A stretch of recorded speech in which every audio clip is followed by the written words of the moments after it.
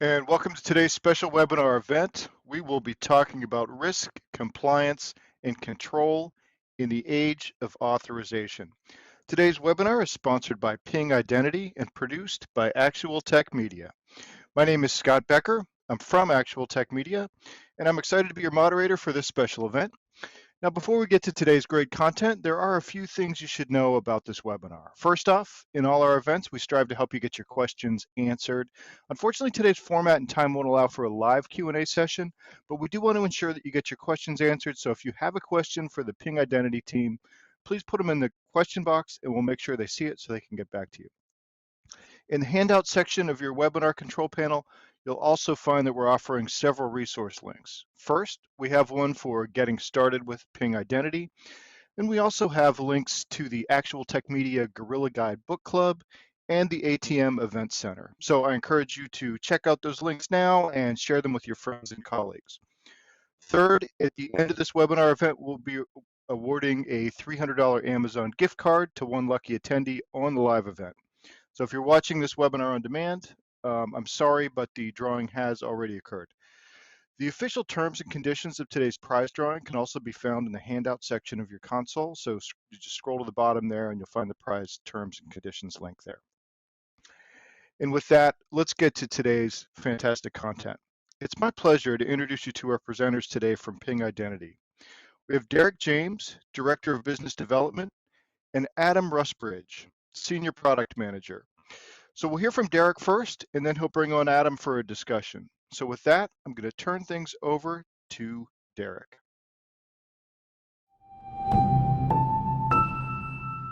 Hello, my name's Derek James. I'm Business Development Director at Ping Identity, and I'll be joined today by Adam Rusbridge, who is Product Manager for Dynamic Authorization in Ping Identity. And we'll be talking today about risk, compliance, and control in the age of authorization. And specifically, we'll be looking at how dynamic authorization can help to support the right customer experience with the right level of security. Why is this important? Well, the digital landscape in today's organization is becoming increasingly complex. We see that the number of data points, identities, and transactions that are being used is increasing exponentially. Customers are transacting digitally with the organization for many more reasons, whether that be making payments or managing their financial transactions or accessing their health data. They're doing this more frequently, and the amount of data that needs to be managed and protected in consideration of those identities and data points and transaction characteristics is growing exponentially. And this presents an important opportunity for the organization to do that efficiently, but it's also a challenge. And traditional approaches are becoming increasingly problematic. We know that identity underpins all of the stages of the customer journey, certainly the digital customer journey, right from the acquisition of the customer through the registration process, right through to transacting digitally with the organization.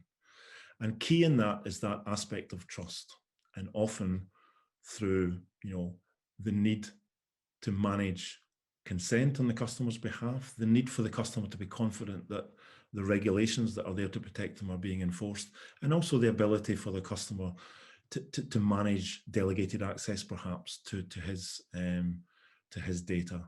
All of these things are important, and identity is no longer the only thing that is required to support that journey. As we said, identity is important. It's always been important. If you look at single sign-on for providing a consistent experience to the customer, if you look at things like MFA, multi-factor authentication, it's always been important in providing that extra level of security for the customer. So it's always been important from the point of view of providing the right customer experience, but it's obviously very, very key in terms of providing that level of protection. It keeps them safe from breaches by perhaps encrypting some of their personal data in transaction. And it protects their privacy by enforcing those consents that we talked about earlier, things like GDPR, open banking regulations, and Californian privacy lots of different regulatory regimes which are looking to protect that privacy. And as we said earlier, that protection from fraud, intelligent authorization can help to assess a wider context of risk to protect the transactions. So if we look at the current landscape, this is hard. What we see, this may be a familiar situation to many of you, but what we see in this familiar scenario is this authorization sprawl, where the logic that's required to assess the rightness of our transactions from an access transaction is all over the organization. It's in each individual application or service that's been written. And this is a tremendous pain point for organization, particularly when we look at change. Most customer-facing activity for large organizations requires a separate layer of multiple applications and services. Large customers, large organizations like Bank of America, Cisco and Boeing could have thousands of applications and services. Your organization doesn't need to have thousands, but if you have significant numbers of applications, this sprawl is impacting your business negatively. Why? Because each of those activities and applications need to have the rules coded individually.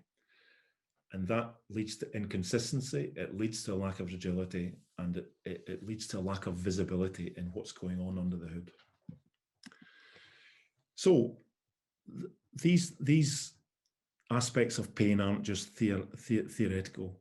If we look at that decentralized control spread out amongst all of those applications, it really makes it difficult to build and manage policies for new applications, but also for some of your existing applications. As we change those, it becomes very, very difficult to coordinate in a decentralized manner.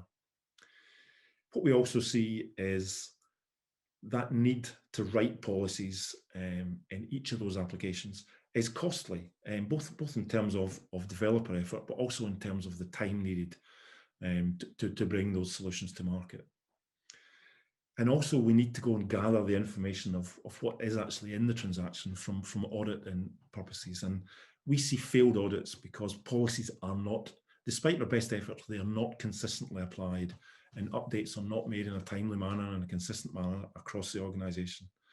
And we know that non-compliance, particularly around sensitive data, can be a very expensive aspect of business, particularly when regulators are taking an interest in a lot of the data access that's going on in an organization. So we need to look at more context in our transactions in order to make sure that we are complying with that regulation, that we are enforcing those consents, and that we are permitting delegated access and many other transaction issues, if you like. We used to rely heavily on identity, and we still do. That is still very, very important. But in today's world, we're using devices that perhaps the organization doesn't own, particularly customers' mobile devices I'm thinking of here. We are receiving transactions with a variety of contexts that can be important. Those could be geolocation, it could be IP address, it could be time of day. And we may have to take different decisions for some of these reasons. And also, we may have to take different authorization decisions depending on some of the characteristics of the data that we are trying to access. We spoke earlier about personally identifiable information. That could be financial, it could be health related, it could be just data that is related to GDPR purpose, whether that be an email address, a phone number, or whatever. So all of that context makes the authorization decision a much more complex decision than just, I know your identity, therefore you are permitted. And let's bring that to life by looking at some use cases. From a risk perspective, we see many more payment transactions happening online. And we need to evaluate many more things before we can determine whether that payment should be allowed or not. Certainly the amount, if it's below a particular threshold, we may be comfortable. If it's above it, we may want to step up or deny. Do we know the payee? Have we used this payee before? Again, we may take a different approach depending on that circumstance. Are we getting a device risk score from a cloud-based sensor? Are there any contraindications in our internal fraud and risk systems? All of these need to be examined and reacted to in real time. So it's not just identity, although that remains important. If we look at compliance, health sector, in many regimes globally, we need to make sure that health data is protected from unauthorized access, because that is a very sensitive data set. If you consider data analysts who are doing research and looking at comorbidity, we may restrict access to data depending on what that analyst's subject data and authorized areas of study are. And we may restrict data to certain subsets of personal identifiable information. Again, that may have a relationship to that analyst's subject area, but it may be just what the patient has consented to. So patients may consent to data being used for particular purposes, and we need to check all of these things to make sure that that transaction is properly authorized and complies with the regulation that we need. So regulatory compliance is a really key theme. We also see in a number of industries the need for the customer to delegate access to a third party.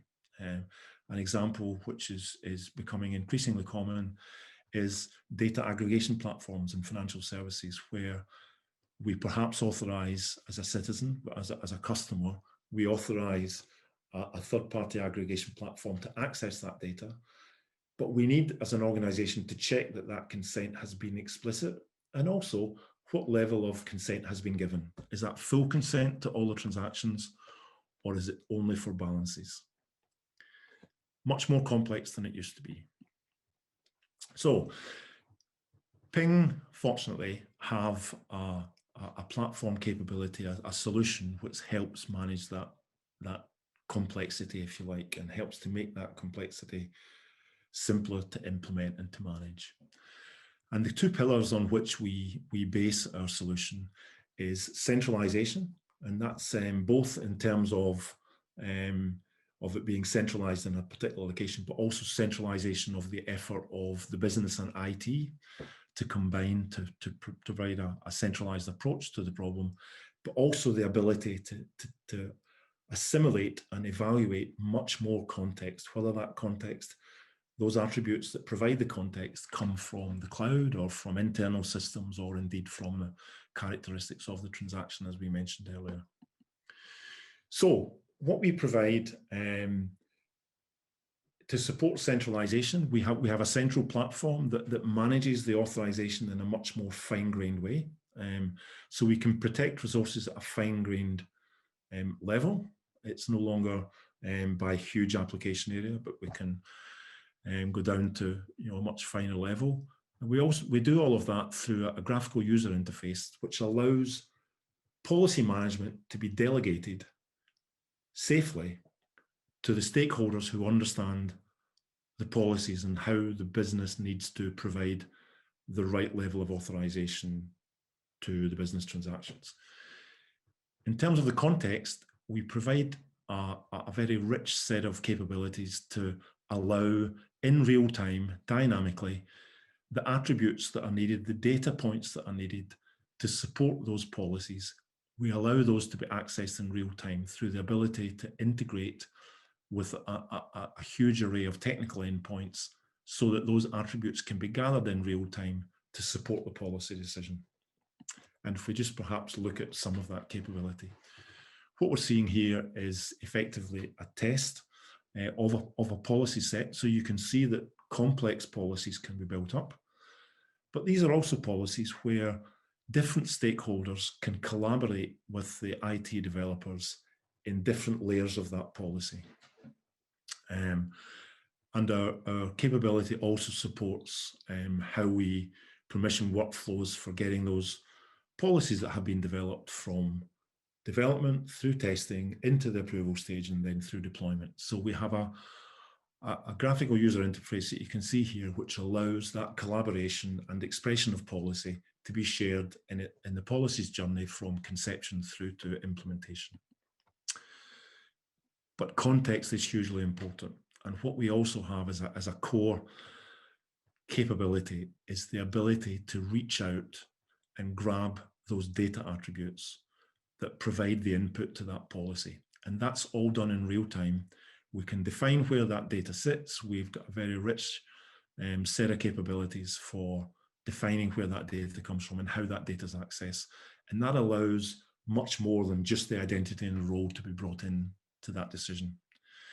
So through this attribute definition capability, we can take data attributes from RDBMS, from an LDAP server, from RESTful services, and we can do all of that so that we are not having to do all of this in code in the way that was described earlier in that application sprawl. So what this gives us is this gives us the capability to allow our development community who are developing that rich customer front end to use the REST API to access a centrally defined set of policies. So they no longer have to write all of those policies. They merely request a decision from a central capability, and that is returned to them. And that means that their code only has to enforce that decision. It doesn't have to go and provide all of the logic that backs up why that decision's been made. They just, if you think of it as decision as a service, then they're just requesting that decision from an API, and the decision is returned to them. But beyond the simple yes and no, we can also include additional data or instructions for further action. And examples of that might be that we need to engage in an MFA, or that we need to send an audit message to a particular audit service, or indeed that we have to return a message to the customer. And the context here, I'm sure you've been in banking transactions where, you know, the application will report to us that a money transfer has been made, you know, and again, that could be part of that decision process.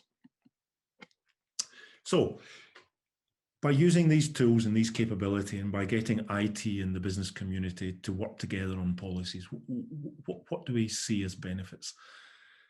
Well, we see in our clients a much reduced and a much more controlled stance against risk and fraud. And the reason for that is that we are taking a much more nuanced decision. It's no longer just identity, but we are taking many more factors into consideration when we are making that decision as to whether we allow the transaction to proceed. And by centralizing the policies and the application of those policies, we see that it's much easier to demonstrate compliance with regulatory requirements, because we don't have to go and examine all of that authorization sprawl. The rules that we are using as a business to comply with regulation are in a central place. We can examine those rules. We know how they're being implemented in all of our applications. And that gives us much more assurance that we are complying with our quite often onerous regulatory compliance. And lastly, we can start to give customers control of their own data by allowing them to express their own context. You know, we are sharing the context of the transaction with the customer. So we're allowing them to express consent for access to data. We're allowing them to express consent for third-party access to data, and even to provide some control over, you know, what data is shown to themselves. We're giving customers that control. And these are all things that help to enrich the customer experience while maintaining that great security posture. But let's try and make that real by looking at a real life use case. And the one I'm going to talk about is a European retail bank who have used dynamic authorization as a foundational piece in their approach to payment services. You may be aware that in Europe there is a regulatory initiative called Payment Services Directive. It's called PSD2. And this mandates that certain things have to happen in the payment process. Certain regulatory requirements impact that payment process in terms of thresholds, in terms of payees, in terms of what assurance the bank needs to seek before they allow payment transactions to go ahead. So in this case, they used Ping's dynamic authorization product to gather a lot of that context data that they needed not only to use, but to demonstrate they were using to meet their requirements, but not just regulatory requirements, also the requirements of the business, because clearly as a bank, they want to mitigate fraud and risk, themselves. It's not all about regulation.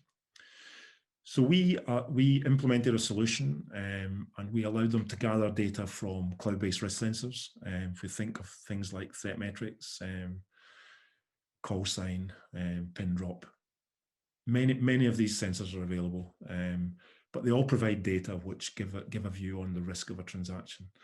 We combined that with data that we took from their in-house fraud and risk systems, which were looking perhaps on a much more cross-channel basis and had many more data points that could be used. And then in reacting to the regulation, we were evaluating what needed to be done, step up, deny, approve, in consideration of the transaction amounts and the characteristics of the payee. Is it a new payee? Is it a payee that's been used before? And we implemented our solution, and that's given the bank the ability to get those benefits that we mentioned earlier. They're seeing their cost of change has come down significantly, and the visibility of how those policies have been applied to their payment processes is much clearer. We're supporting 300 million transactions a week. As I said, we're reducing the costs of change, and in all regulated environments, change is a constant. And we're doing that across all of the transactions that are coming through their web, mobile, and API channels. And they're seeing real benefits in taking a much more modern approach to their authorization. So, in summary, we see dynamic authorization becoming a real foundation piece in delivering the right digital experience, but also the right level of security. So delivering that secure digital experience is hugely important to your customers, but it's also important to you if you can do that in a way that's cost effective and is agile enough to support the organization. And what we see is traditional authorization approaches are limited in their efficacy. Auth's not always enough. We can bind lots of information into a token, but that richness of context and that dynamic nature of some of that context makes auth often a problematic approach. We don't see in traditional approaches that centralized control that we need and we see as being a critical component. And we don't see in traditional approaches the consistent ability to evaluate more context than just identity data. We solve that problem and those problems with dynamic authorization. And in doing that, we can reduce and mitigate fraud. We have a much more nuanced approach to risk and fraud. We can demonstrate much more easily compliance with the regulatory compliance requirements. And as I said, we allow users to be brought into that control process over their data. And we should never forget that it's their data. And that's important for our customers. And because it's important for our customers, it's important for us. So thank you very much for listening to that. I hope you found some of that interesting. I'll stop presenting now, and then I'll invite Adam to join us, and we can perhaps talk about what we're seeing in the marketplace. Okay, thanks, Derek, for that comprehensive background and introduction and overview of authorization there. I wanted to start by talking about a word that you picked out quite early on was trust, right? And I think when we look at the subtitle of this this slot today around customer experience and dynamic authorization, I think there's often a bit of a balancing act between security and friction. And I wondered if you could tell us a little bit about your thoughts on that. Certainly, Adam. I think maybe some context for that, if I may, before I answer the question directly. I think some of the context here is that customers are interacting with most organizations much more frequently, and the velocity of customer interaction is growing tremendously. If you look at, well, a number of reasons for that. Quite often, customers have a genuine need to interact. If you think of banking, we naturally want to interact much more on our mobile phones, but also we see in an age of COVID that physical relationship between an organization and its customers is changing. that's driving a much wider adoption of digital access. And I think these things are just placing an enormous strain on that relationship of trust. We are being drawn to interact much more, so we see daily almost instances where trust has broken down, where security has broken down. So we need to give customers the ability to interact much more easily, but also the ability to, or the confidence, if you like, that there is that level of trust in what we're doing. So I think it's important that when we do introduce friction into a customer transaction, that we are doing it in a way from the security perspective, that we are doing it when we need to do it. But from a customer experience perspective, that we are only doing it when we need to do that. So getting that balance right requires that we take a much more nuanced view. I think I used the word nuance in the earlier presentation. That nuance comes from understanding more context. And if I give an example, a personal example, I was in the US. I'm based in the UK. I was in the US a couple of years ago when I tried to use my card for a transaction, and it was refused. And the bank did the right thing, that instantly their fraud and risk service called me and said, "It looks as if you're in the US." And that was something that they weren't expecting. However, I had bought my airplane tickets using that same card, so there may have been a clue in my transaction history that there's a piece of context that could have been used to inform that decision. And actually, I had just literally paid for my hotel bill in the US, which might have been another piece of context that could have been used in that transaction. So the balance was wrong in that experience, because context that was available to the bank hadn't been incorporated into that authorization decision. So their authorization decision was much more black and white, if I can put it like that. They weren't looking at a wider context of the transaction. And you can see that if that context had been made available to them, then that could have provided a better customer experience without dropping the level of security. So that's just an example, but it's where the more context that we can evaluate in the transaction, then the more satisfactory the outcome is for the customer, both from a security and a customer experience perspective. So, I mean, I'd be interested, Adam, you have obviously been involved in many of the implementations that Ping have done. You must be seeing a need in many industries for that greater context to be part of the transaction process. Yeah, absolutely. And I think I often think about three aspects when tackling this issue here. So the first that we've covered is this complex data landscape, right? I think that we're ever more being driven to open up our data in different ways. Some of it is regulatory pressures. So you touched on open banking in Europe, and there's a consumer data right in Australia. But more than that, I think that there's just a kind of growing customer expectation, a consumer expectation that we're opening up our data. And as we do that, then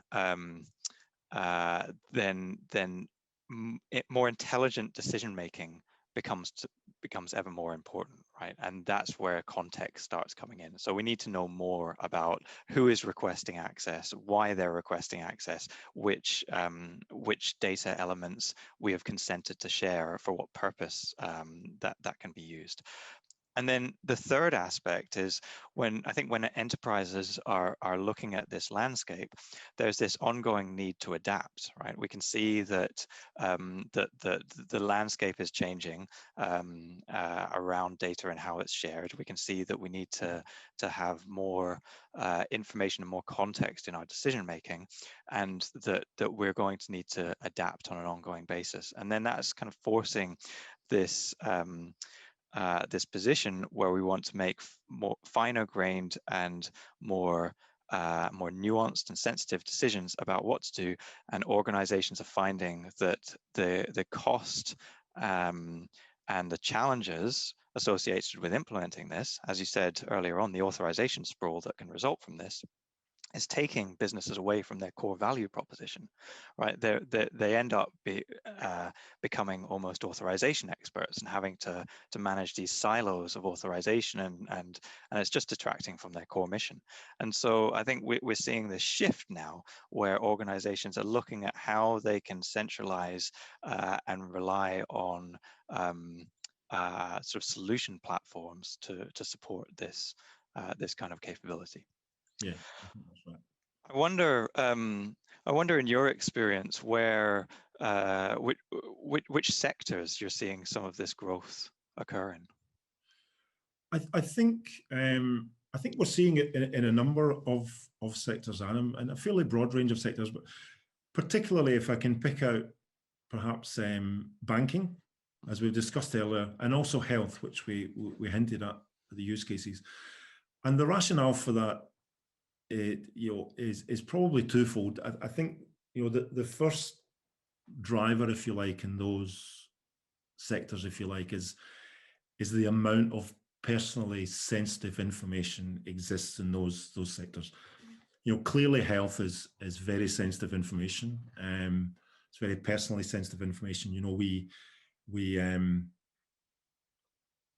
both at a personal level and also things like there's always a worry of an insurance aspect being taken because of access to perhaps some health issues. Finance, clearly finance is very sensitive data. So we're seeing those are industries that are certainly driving a lot of uptake. And I think a second factor in both of those industries is the regulatory stance that's being seen. We mentioned open banking. There's Payment Services Directive. The open banking is starting to be adopted as a philosophy, if you like, in a number of geographies: Australia, Brazil, Europe. UK has been a driver for that. But in health, you have HIPAA, which and the Cures Act in the States. We also have the information governance regulations in the UK. The commonality, though, is that we are trying to get that balance between security and protection of the data, but also at the same time having minimal impact in the sort of operational processes that are required to manage financial transactions and health transactions. So those are certainly two of the biggest sectors that we see adopting the technology. But we mentioned earlier GDPR and consumer data regulation. I know California have their own take on privacy regulations, GDPR in Europe. Again, we're seeing that balance between privacy, if you like, and the ability to actually still carry out operational processes really comes to a head when we need to take in that context. And I'm thinking in data privacy, GDPR, that sort of stuff. We need to take customer consent into account for against the purposes that data is being used for. But we're seeing, if we look at data privacy, we're seeing that across any industry that holds customer data. So although health and banking are at the forefront, we're seeing it in pharmaceuticals, we're seeing it in consumer brands, we're seeing it in retail, we're seeing it in any subscription-based business where personal data is held. It's becoming a fairly wide scale issue, but certainly organizations who have a heavy complement of customer-facing applications, it's an issue because of that authorization sprawl that we saw earlier. So hopefully that gives a picture that it's becoming a fairly universal problem. It does. Thank you. Okay, so I think we're just about running out of time. So I would just like, before we go, to thank everyone who has attended our webinar today. I'd just like to make the request that if you're interested in anything that you've heard today, please reach out, and we're happy to provide further information or indeed to arrange a demo. But in any event, we will be in touch as a follow-up, just to see if you want to have some further information, see what that is, and gauge your interest in what I hope you found to be an interesting and very current topic today. So thank you very much. Thank you. And now it's time for our $300 Amazon gift card prize drawing. And the winner of that $300 Amazon gift card is Courtney Nolan from Illinois. Congratulations to Courtney. We'll be in touch to get you your card. And with that, on behalf of the Actual Tech Media team, I want to thank Derek and Adam for putting together an informative presentation and for all their insights in the discussion.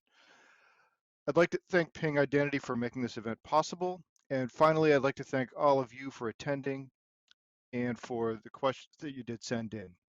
That concludes today's event. Have a great rest of your day.